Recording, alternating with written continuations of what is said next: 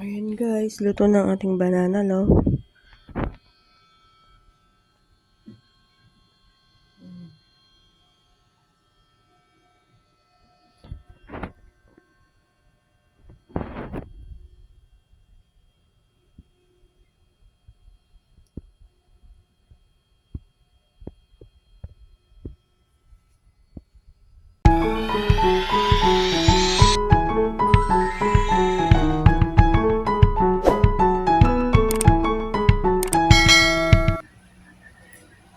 Ayan guys, dapat meron tayong 1 kilong banana. Lakatan.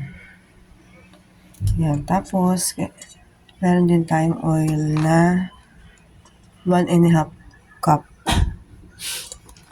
At syempre meron tayong brown sugar, 1.5 cup. Umpisahan na natin guys. Syempre imimix muna ito.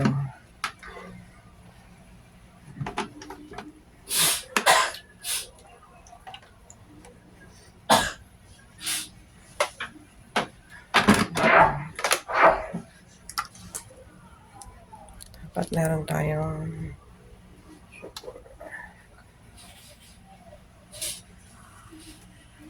ano na ba ito?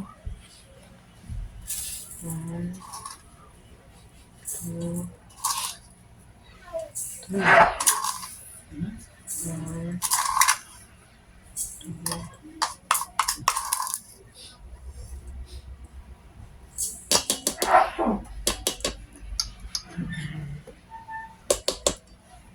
Okay.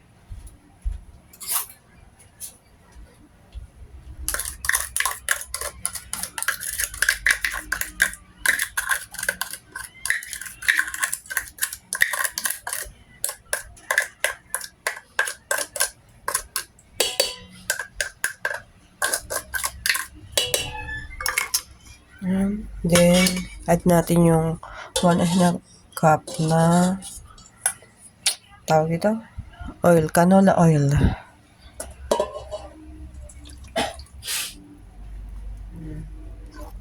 So, ito na lang guys.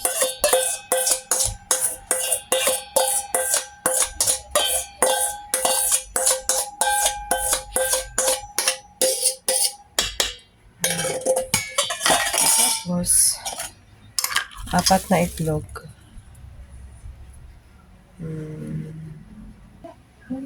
Tapos ito guys, meron tayong egg, 4 na itlog. Ayan. I-mix na natin siya guys.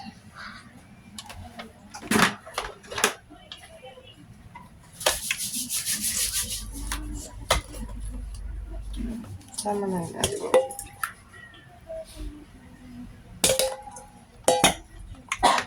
Ito guys.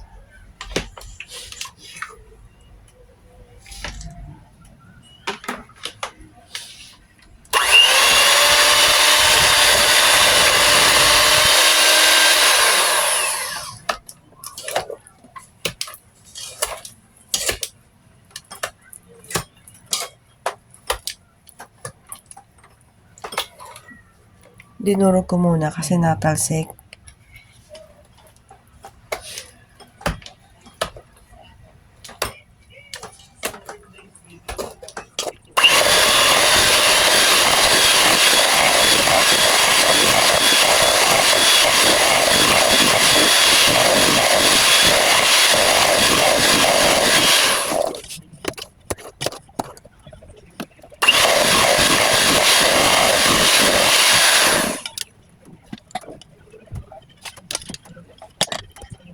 Sunod natin yung dry ingredients.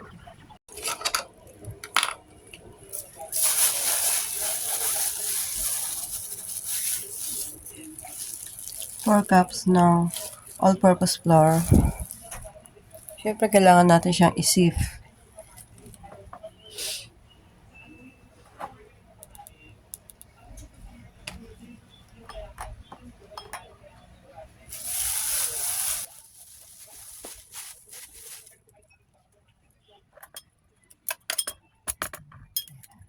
Lagyan lang siya kutsara para hindi dumulas. I-sieve lang natin siya guys.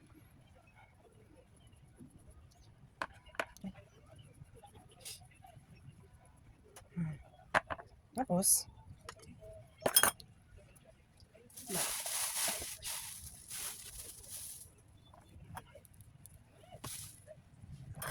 tanggalin natin. Tapos, sift ulit natin.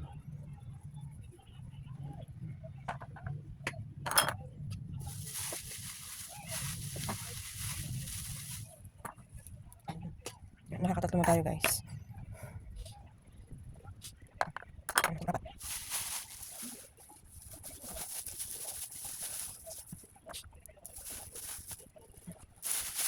Ito na, pagpapat na natin ng kakaps.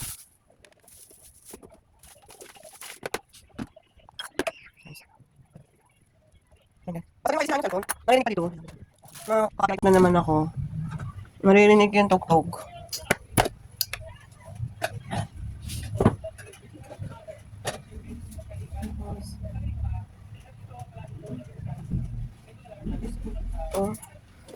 Plus 4 teaspoon ng baking powder. 1, 2, 3. Yan, 4 teaspoon ng baking powder.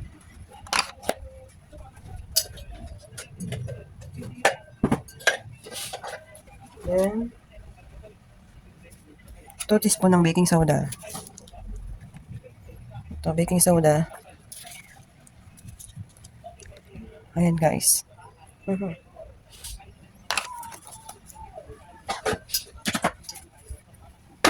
Ayan, guys. Ang total ng baking soda natin ay 2 teaspoon. Tapos 4 teaspoon ng baking powder. Plus 1 teaspoon ng salt. Ayan, 1 teaspoon siya ng salt. Add tayo. Tapos isip din ulit natin siya. Guys, kailangan natin siyang isip. Para yung buo-buo mawala.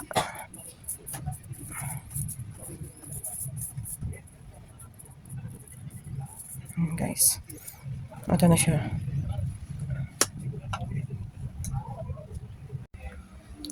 Dito guys, mag-add pala ako ng nuts. Dapat yung plain na nuts lang. Wala siyang ibang halong flavor.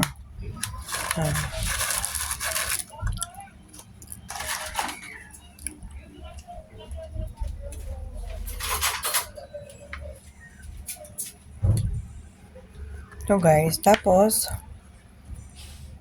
minix ko lang siya guys para malo na siya sa flour. And then, kung meron kayong chocolate chips, i-add nyo na rin. Pero ako, nilagay ko tong niyadjad kong chocolate bars. Nasa inyo, pwede nyo lagyan ng raisins, ganon.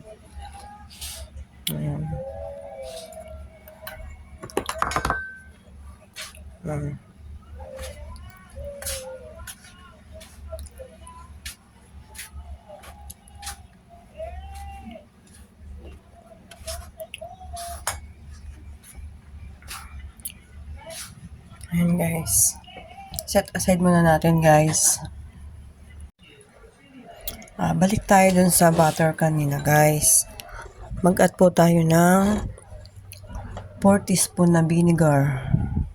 Ayan. Vinegar po yung add ko. 4 teaspoon. Then, mag-add din tayo ng vanilla. Mag-add po tayo ng vanilla. Ilang ba to? Mag-add po tayo ng vanilla. 2 teaspoon lang. 2 teaspoon ng vanilla.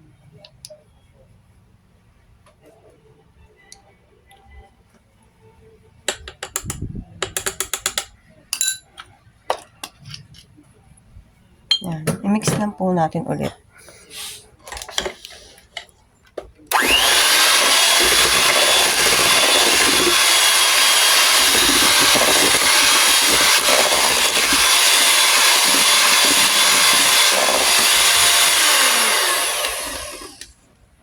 Siya guys. Tapos i-add na po natin yung ating wet ingredients. Ay wet, sorry, dry pala, dry ingredients. Ito guys.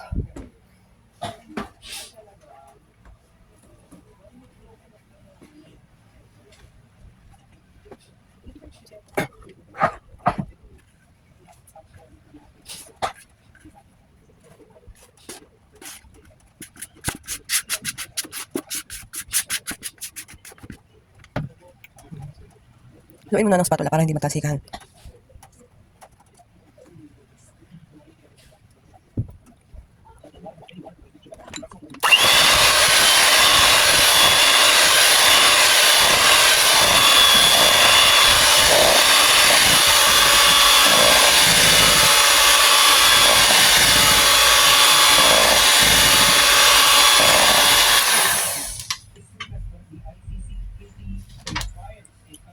Yan guys. Okay na yan pag wala na kayo nakikitang harina sa loob.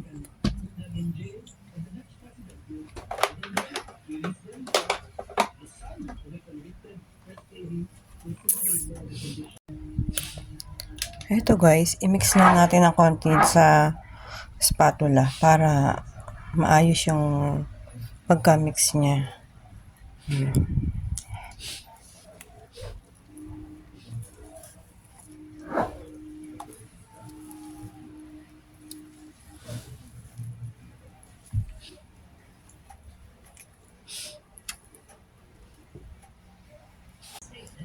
Ito guys, ilagay natin siya sa 7x3 na pan. Ilagay na po siya ng parchment paper and oil.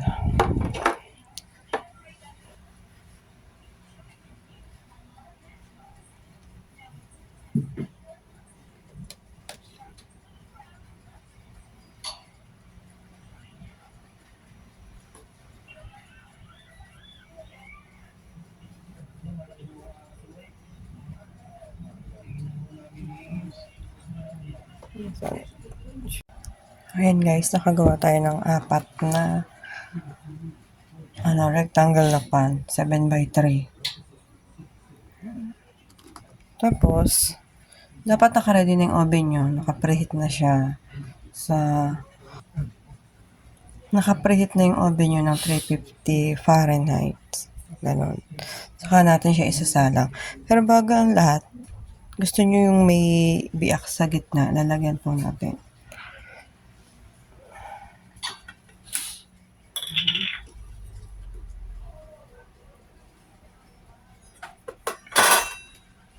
Kuha lang kayo ng oil. Yan.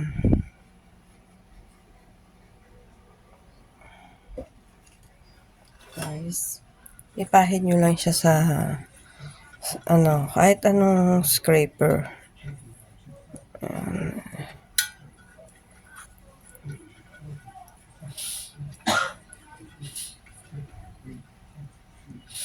Guys. Lagyan ko lang siya ng oil. Tapos, yan. I-ano siya sa gitna ng butter nyo. Ganyan. Ilulubog nyo lang siya ng kaunti. Ayan. Tapos, ito din. Yan.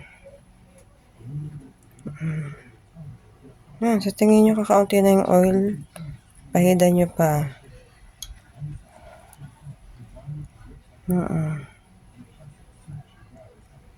Ganun guys. Ganun siya.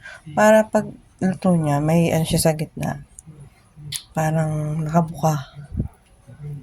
Yan. I-ready na po natin siyang isa lang sa oven. Kasi nalimutan ko tong dalawa. Nalagyan ko pa siya ng raisin.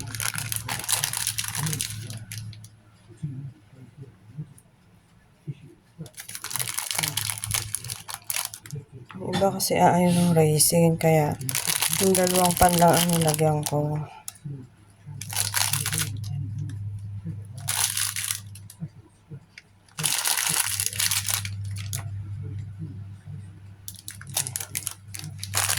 Yun guys, balik natin siya sa oven.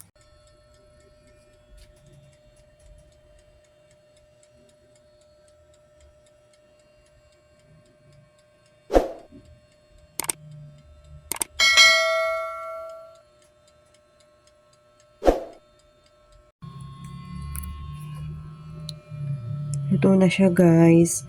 Ito yung sinasabi kong may crack sa gitna. Ayan. Ito siya guys. May crack sa gitna.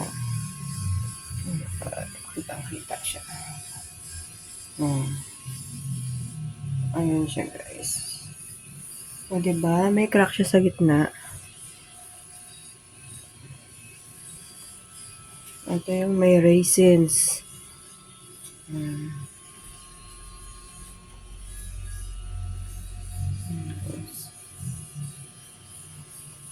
Palalamigin lang natin siya tapos i-slice na rin mamaya.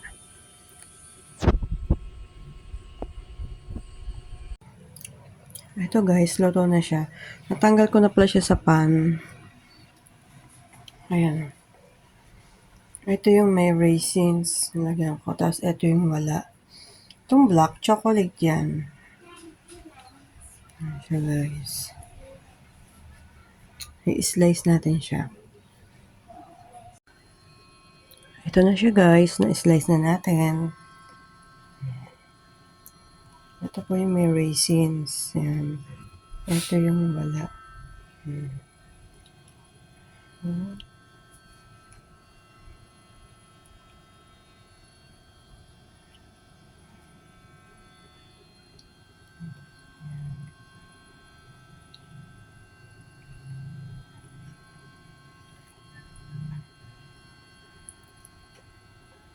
Picture niya.